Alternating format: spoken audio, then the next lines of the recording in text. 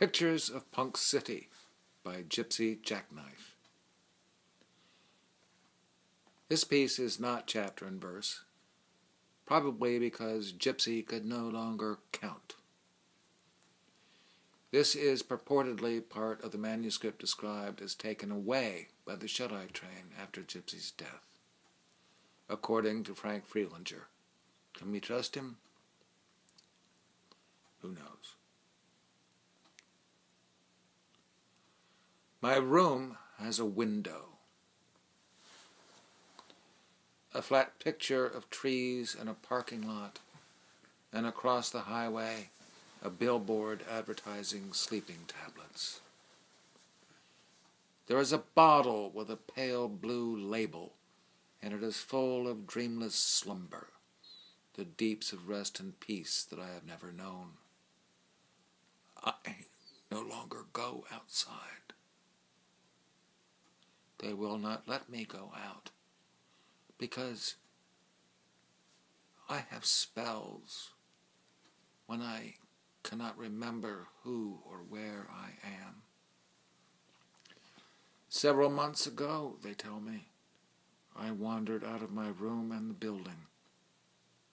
Had it not been for some kind stranger who took me by the hand and brought me back, I might have finished anywhere, well before the Indian summer of sunny sanity I now intermittently enjoy.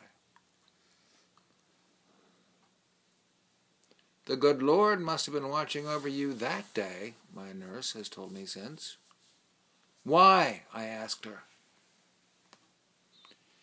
You were somewhere else, she said. You didn't know us, couldn't recognize your room. So, I inquired, growing angry at her brute candor. Don't you see, she asked triumphantly, it's pure dumb luck you got back here at all. How did he know to bring you here? You sure didn't tell him, sweetie.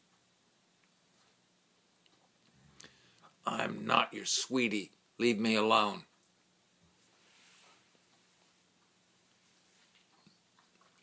He found you down by the river, he said.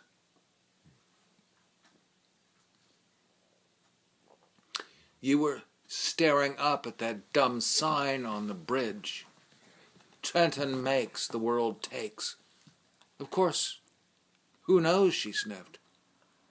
He looked like a backstreet thug.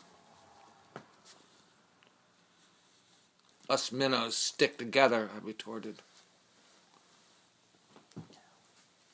But it frightened me that I could not remember enough of what happened to refute her slanders. But that has become the story of my life. Things I cannot change are changing me, day by day, an accelerating loss I cannot reverse. I sit here in my room, writing in longhand. Once I was a calligrapher. I had pens and parchment and paints that imbued my dead characters with life. Now, I can hardly read my own script. The letters stagger across lines of notebook paper like sick and broken soldiers who no longer recall the order of the march. How can they be trusted, this pathetic army of my memories? I was called Gypsy. I was born in Trenton, the half-pint, lame-brained child of parents who failed and fled away. I lived with Lilith, who taught me to endure. And when she died, I moved on to the city of brotherly love, and thence to South Street, where I lived inside a world of passion, pain, and ferocious light. There were momentous events of which I seem to be a witness and a pivot.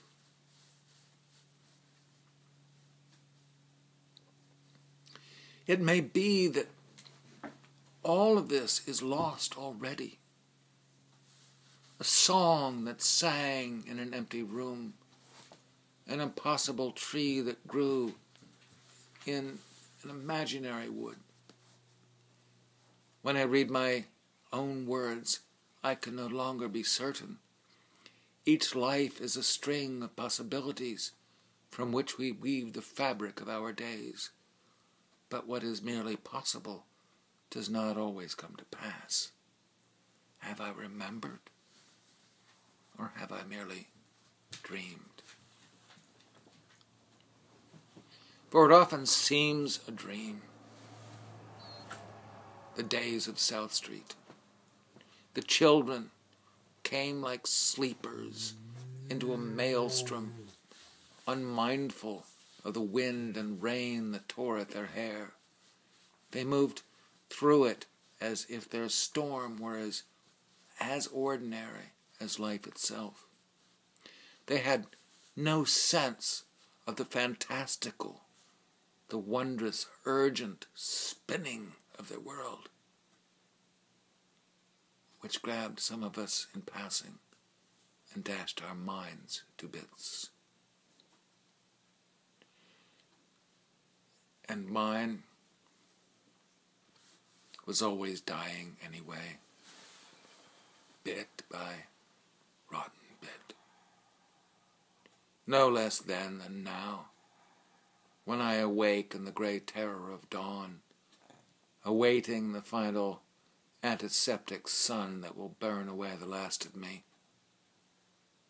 In a month or 2 or maybe 3, I am resigned to cindered darkness. But not to the betrayal, the colors that yet remain. There must have been a war on South Street after all the soldiers had already died and only children stooped to pick up stones and swords and the banners left behind. They fought like heroes, died like dogs. Impossible. Some things that never happen. But never things some proto-moron minnow dreams. And yet, it must have been. There are too many memories, too rich and ripe with color. I have my rope, which spreads its wings and flies into the rainbow, where all colors begin and end.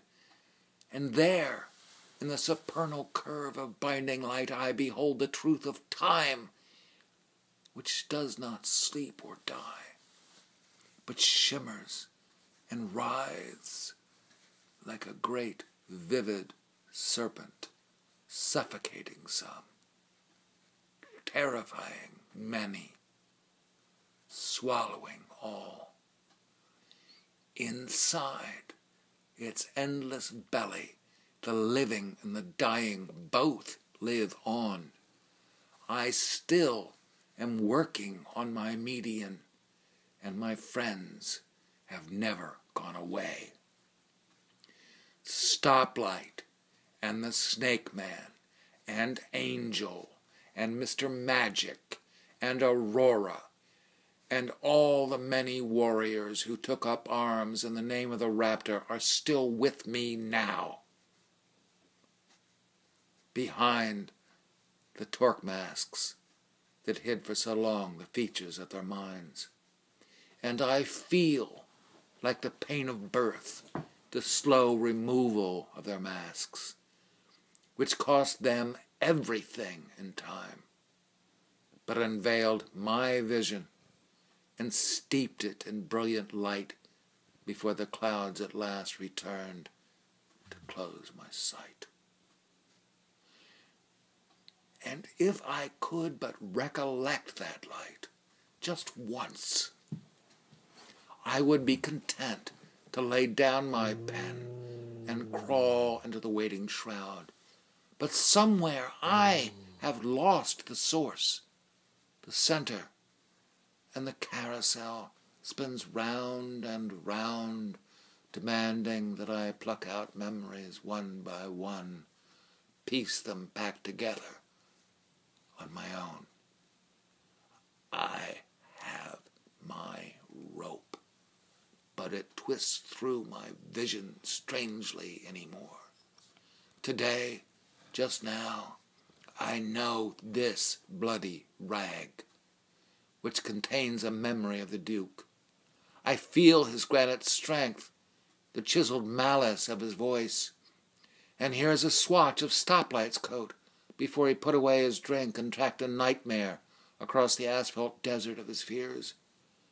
And my Aurora, dawn of light, her coronation muslin in my ugly little hand, not quite lost, though not quite somehow home. But my rope twists through my vision, and on a misty afternoon or slab-like night I cannot summon recollection from the knots. Whose canvas scrap is this? Whose silver shred? Whose dead blood on this once white scarf? Whose fine black woolen rag is this? And I grope, a distant dwarf, feeling through the fog for slivers of clear light. Whose black woolen